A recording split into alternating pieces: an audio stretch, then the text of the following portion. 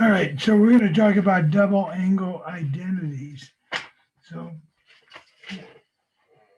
let's look at a double angle. Cosine 2a could be the same thing as the cosine of angle A plus angle A. And if we had a problem like that, remember when we go to add these, we can't distribute, so we use a cosine, cosine, sine, sine. So this would be cosine A, cosine A, minus, remember, has the opposite, sine A, sine A. Well, cosine A times cosine A would be cosine squared A. Some of you are writing it this way, but by convention, we write it like this. We put the little square with the A.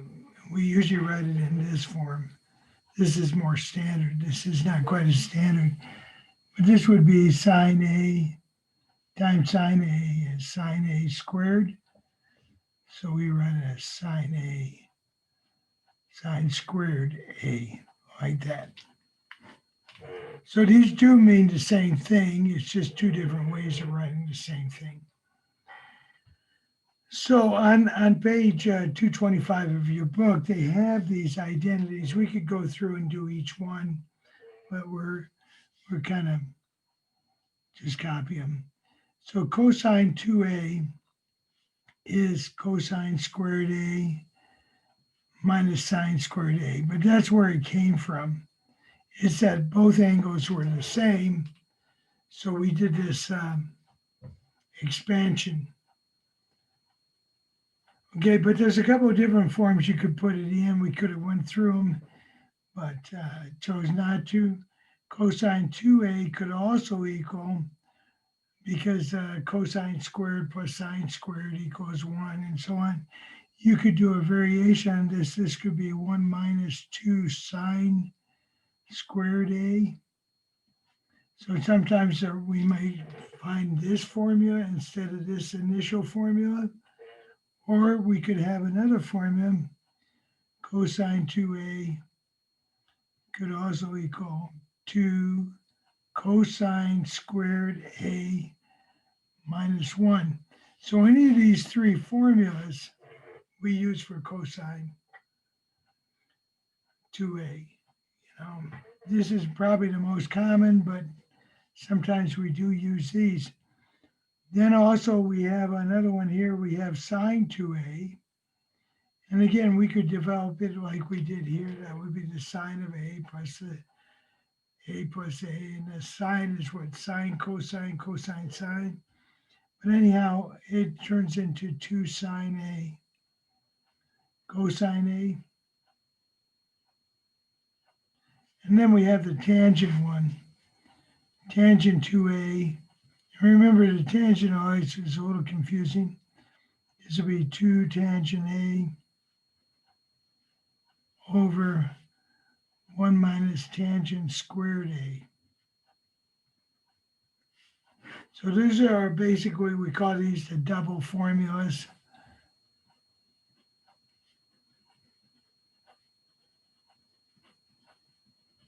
The double formulas. And they're in your book on page 225 if you have a book. And therefore you can use them. So let's try one here and see if we can actually make some sense out of this. You're given that the cosine of theta equals 3/5, and the sine theta is less than 0. So that would indicate that when is the sine of theta less than 0? And that is, when is the sine negative? It's going to be negative when it's in the third or the fourth quadrant. That's when the sine is going to be negative. And the cosine is going to be positive in the first or the fourth quadrant. So the cosine is positive in the first and fourth. The sine is negative in the third or the fourth, which indicates this is probably in the fourth quadrant, huh? And they want us to find the sine of 2a, the cosine of 2a, and the tangent of 2a. So let's dig in and see what we can do. So I'm going to do it a little different from the book. I'm going to draw a little diagram here. I have a good feeling that this angle is in the fourth quadrant. Okay. The cosine is 3 over 4, which 3 over 5, which is the adjacent. It ought to be positive over the hypotenuse. And we recognize that this is a 3, 4, 5 triangle, right? But this would be a -4 because it's going down. All right. So in that quadrant, the sine is, if the cosine is 3/5, the sine of theta is a -4/5. It's the opposite over the hypotenuse. Okay, so now we know what the cosine and the sine are. We can actually put this in one of the formulas. We can use any one of these formulas, I guess, that they have in the book. What did they start out by finding? They wanted to find the sine of 2a. So let's go ahead and find that one. Let's use our formula. Sine of 2 theta is equal to 2 sine theta cosine theta. The sine of 2 theta is 2 times the sine of theta. Well, we know the sine of theta is -4/5. And we know the cosine of theta is 3/5. So all we got to do is let's put this 2 over 1. Is just multiply this all out. This will be 2 times 3 is 6 times 4 is -24/25. And that makes sense that this would be negative in that quadrant. So sine 2 theta equals. All right, let's find the cosine of 2 theta. Cosine 2 theta. Well, we have several different formulas we can use. Let's go look at these things. We have this one. Let's say we got cosine squared minus sine squared. We could use that one. We could use this one. Or we could use this one. This one would probably be the best because we already know what the cosine is. And in case we've made a mistake and finding the sine, we got this one to fall on. So I'm going to use that one. 2 cosine squared a minus 1. But you could use, and this might not have been a good choice. Who knows? Cosine is 3/5. So this is 2 cosine 3/5. Well, we know the cosine is 3/5, so let's just put that in. 2 times the 3/5 squared minus 1. Yeah, maybe not the easiest, but we'll give it a shot. So this will be 2 times 9/25. And since we're in 25ths, let's make this 25 over 25. So that'd be 18/25 minus 25/25. Looks like a -7/25. I did it right. Let's double check our answer.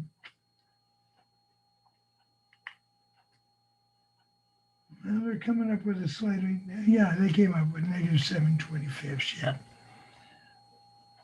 So this is what the cosine of 2 theta should be, or 2a.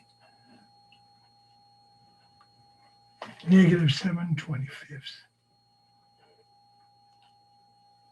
Finally, we want to find the tangent of 2a. Just put up here, tangent 2a. Well, what is the tangent of a? Tangent of a is the sine, but we want to go back to these right here.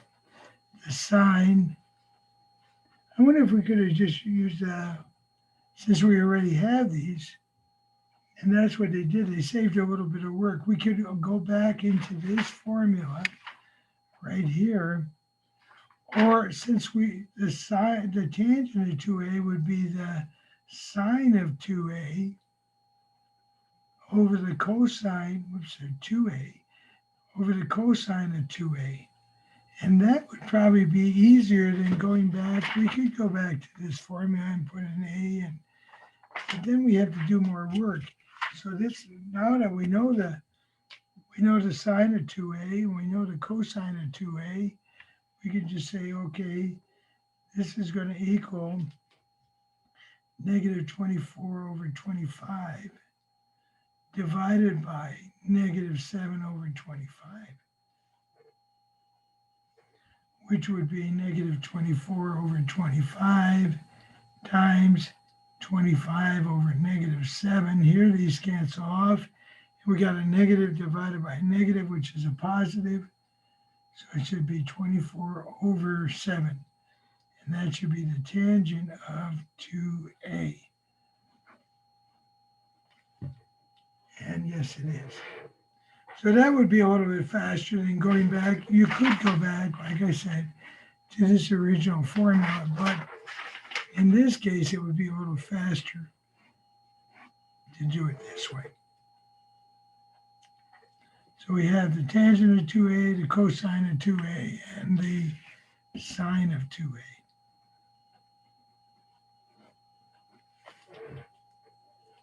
All right, let's try another one.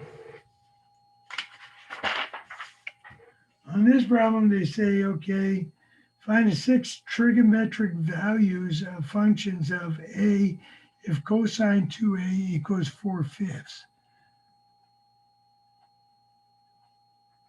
or 2 theta equals 4/5. And 90 is less than, theta is less than 180.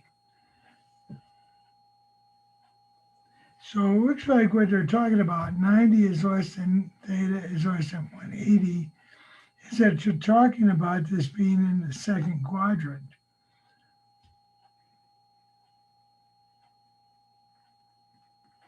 So I'm assuming that this is in quadrant 2. However, usually the cosine is usually negative, but this is the cosine of 2a. So it's a little bit different than just the cosine of theta. It's cosine of 2 theta.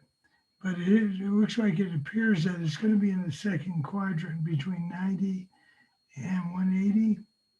So let's find out what let's put this into a little formula here and try to figure out what sine is.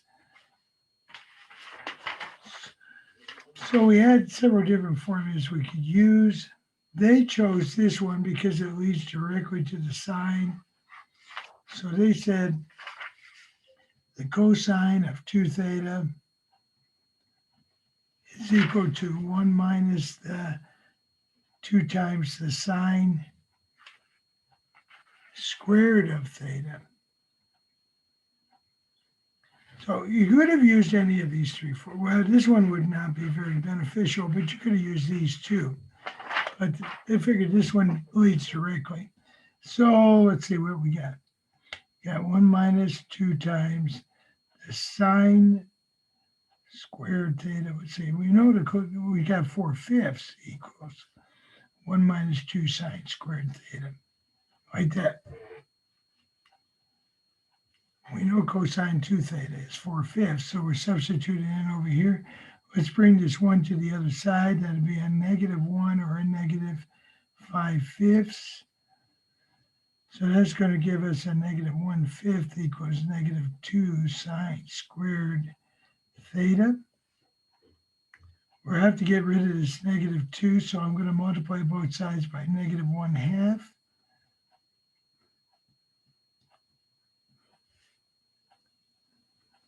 This will give me a -1/10. And this right here, the -2 will cancel off the -1/2. They're equal 1 sine squared theta. So now it looks like I have to take the square root of both sides. Great. So sine theta equals the square root of this. And the book went ahead and rationalized it. So they multiplied -1/10 by 10/10. So sine theta equals negative, well, wait a minute here. Now we ran into a situation here. Oh, this became a negative times a negative was a positive. Okay, that's where I made my mistake. So this is radical 10 over radical 100, which is 10. Because I was kind of worried there, you know. And we want a positive answer because the sign in the second quadrant is going to be positive. So just remember, this is plus or minus, but we want the positive. Okay, so what were we supposed to try to find? The 6 trigonometric functions.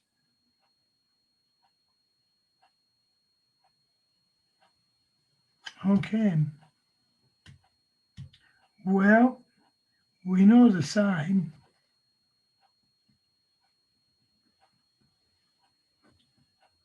What about the cosine? How do we find this cosine? Let's make a little drawing here.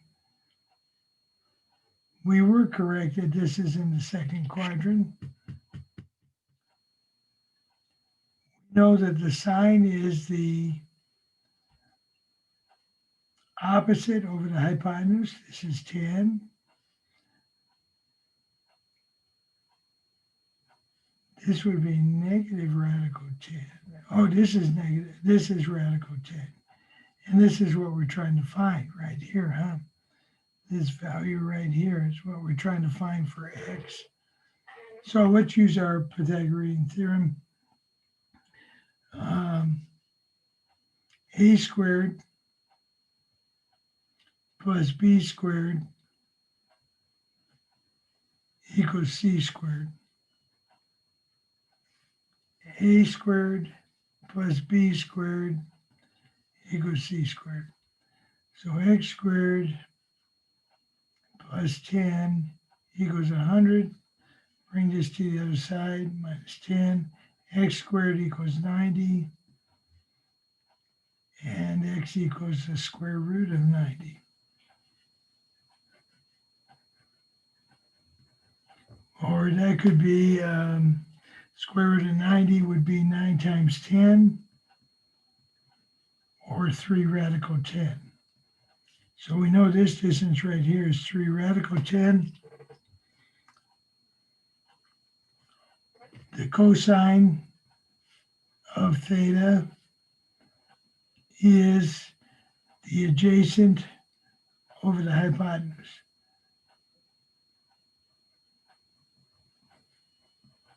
So I get 3 radical 10 over 10. They left it as radical 10 over 3. Let's see, would that be, let's see. Yeah, they left it as 3 radical 10 over 10. Okay, tangent theta equals the sine divided by the cosine. So let's jot that down over here. It's the sine divided by the cosine. Flip it over.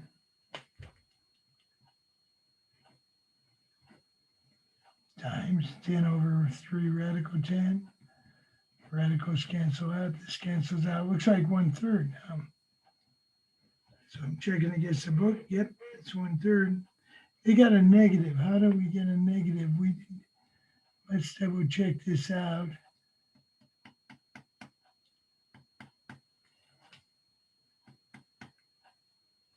Right here, this was a negative distance. So this should have been negative right here.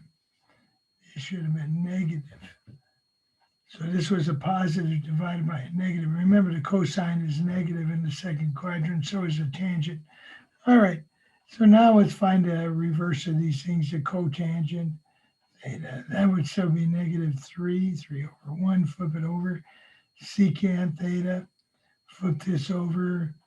This is going to be, do we have it in a form where it's not radical? Well, we just write it out.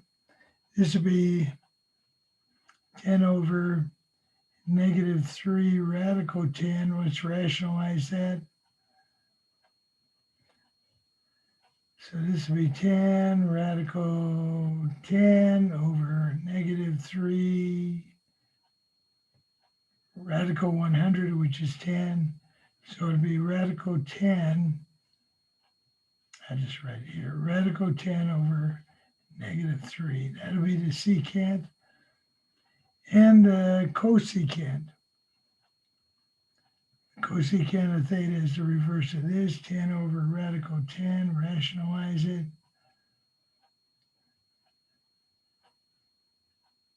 It'd be 10 radical 10 over radical 10 over whole number 10, which cancels out, which gives us radical 10. So here's your cosecant, here's your secant, and the other ones. Circle.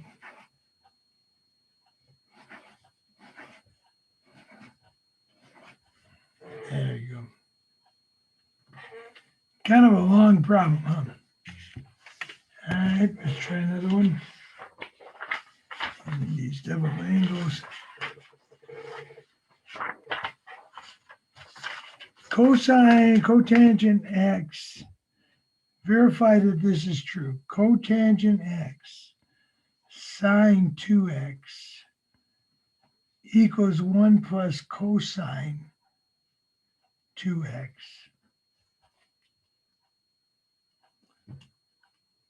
Well, they started working on this side right here. We're not going to work on the other side, and we kind of want to work down. So this is the cosine over the sine.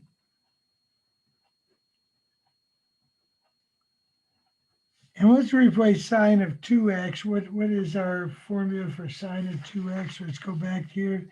Sine of 2a or 2x, 2 sine x cosine x.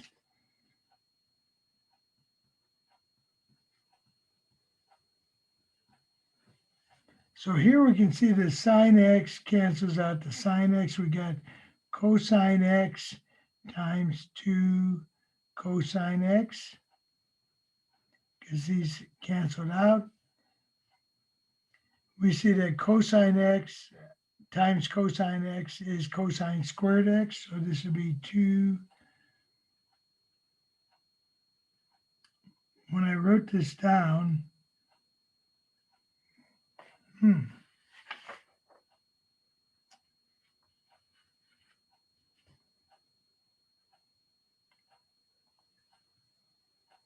yeah, this is 2 cosine squared x.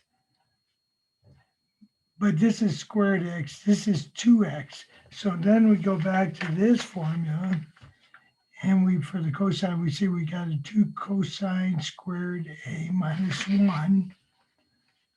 It's not going to help us.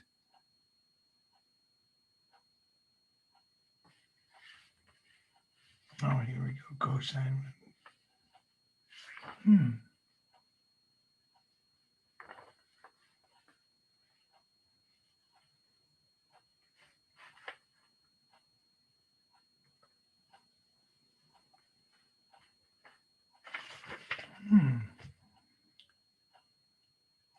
So that's not quite giving us the same thing as that. So let's go and see what they're saying. Cosine 2x equals 2 cosine squared x minus 1. Okay, so they're saying this right here is, they're substituting, let's see, right here, they're saying that this is 2 cosine squared x minus 1 and 1 plus that.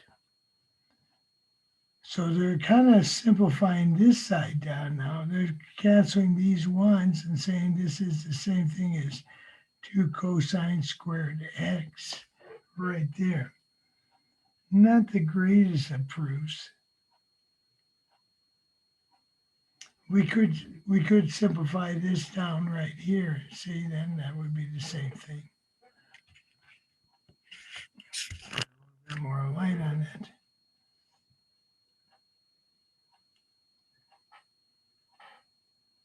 So they replace this with this expression right here, and then the ones canceled out.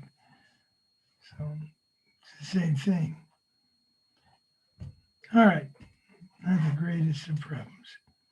Let's try another one. Here's kind of a weird one. This is a cosine squared 7x minus sine squared 7x. And let's call 7x a. So this is really, if we look at this problem right here, we got cosine squared a minus sine squared a is cosine 2a. So this is cosine squared a minus sine squared a equals cosine 2a. But a, we said, let's let a equal 7x. So this is the cosine of 2 times a, which is 7x. So this is really the cosine of 14x, like that. So, a is just 7x. So we have to replace this a right here with 7x. So this is the cosine squared a, cosine squared a, cosine 2a, but a is 7x. All right, let's try another one of those crazy things. How about the sine of 15 degrees cosine 15 degrees? All right, so we look up here. Well, it looks sort of like this one. 2 sine a cosine a. We don't have a 2 in front here. Basically, we got the sine of a cosine a. See, we don't have the 2. So they did a little cheating on this. They wanted this to be a 2 in front, but they didn't have a 2. So they put a 2, but then they put a half. A half times 2 is 1. We get back to what we had. So they're kind of playing with us a little bit. So now they're going to write this as 1/2 times 2 sine,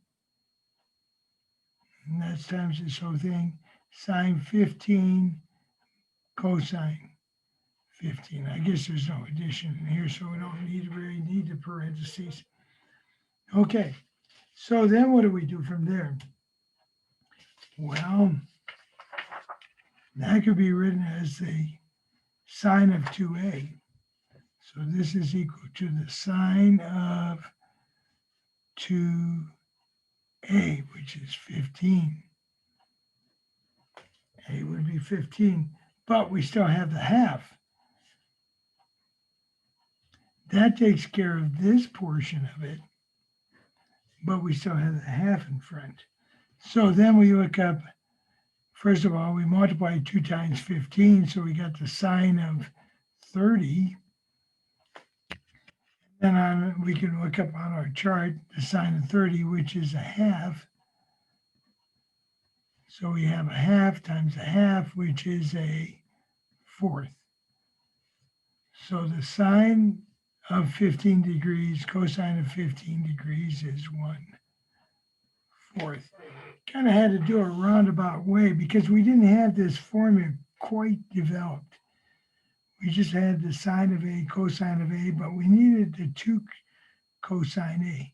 So we multiplied this by a half to cancel off the 2. We then knew that 2 cosine cosine is 2 sine 2. And then we multiplied that by this half that we still had. So that would be the half times sine 30. And the rest is pretty basic. Okay, I'm not going to worry about the triple one. On the next page, on 229, are a bunch of formulas. If you don't have a book, you need to get one and kind of look at these. These are kind of a whole bunch of them. There's the product to sum. In other words, here's a product of cosine times cosine A times cosine B, what the expansion would be. And then they have the reverse of this. Here they have the products, but they're changing them to a sum. So they actually had the sum and they're changing it to a product. Here we had the product and we changed it to a sum. So sometimes you kind of got to do a matchup. Let's try one of those. They got 4 cosine 75 sine 25. Okay, so here we have a cosine sine. That's the one we want right here. We have a cosine A sine B equals 1/2 sine of A plus B minus sine of A minus B.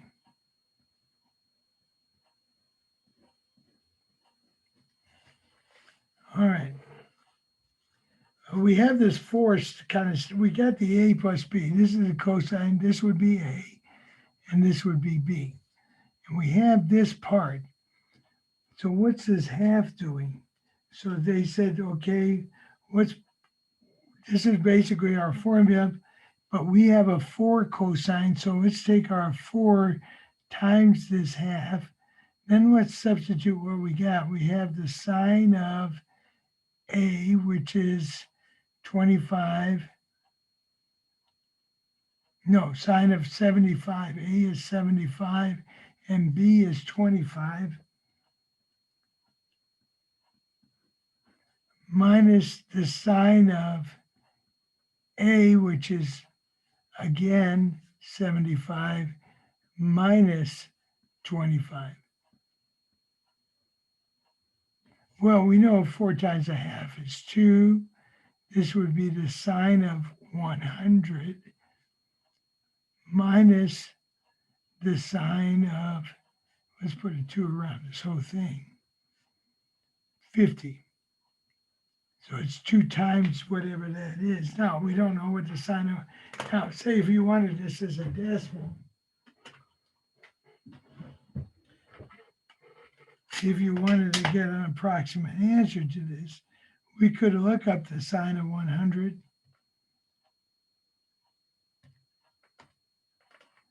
We'll go up 4 places, 0.9848 minus the sine of 50, sine 50, and we could have actually got more accuracy doing it another way, 0.7660, and then multiply that by 2.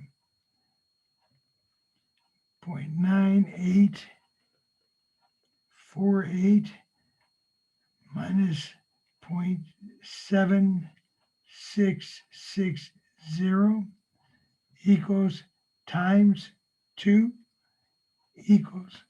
So we could have actually got it down to an actual number like so. We could have found the angle and got it down to an actual number if we wanted to. get a decimal equivalent. But what they did is they just left the answer in this form. But you have to realize that maybe if you're doing something with engineering or something like this, you want to get that down to an exact answer. So, you can mess around with these. Sometimes they get kind of difficult. So, is there any problem here you want to see solved on page 230, 231? I can try to solve these. Sometimes they get pretty crazy. The first part is just trying to match them up. You want to make sure you do 1 through 6. They might be similar to what's on the test. Hint, hint. And then, just try a few of these problems.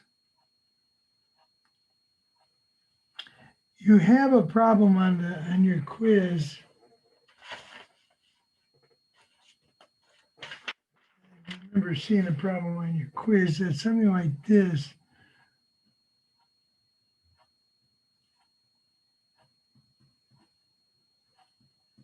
And this might look like this problem number 42. It's kind of similar to that. Which the hint on this one is you're going to use your cosine 2a on this one. See if that kind of matches into something like this. And think of this right here as being a. Pi over 8 is going to be your a. See if you can use this, kind of work it. You're kind of giving the answer, and that might help you out a little bit on that one. So, you're going to use these kind of formulas. I think there's another one where you might have to use these sums to products. I think you have to use, maybe not. But just remember, sometimes when they have a number in front like this problem right here, you're going to have to multiply that by the 4 if that's your problem. If you have a 4, you got to put that into the problem. So this might help you a little bit. On this one, you're going to use the cosine of 2a. Do you have any questions?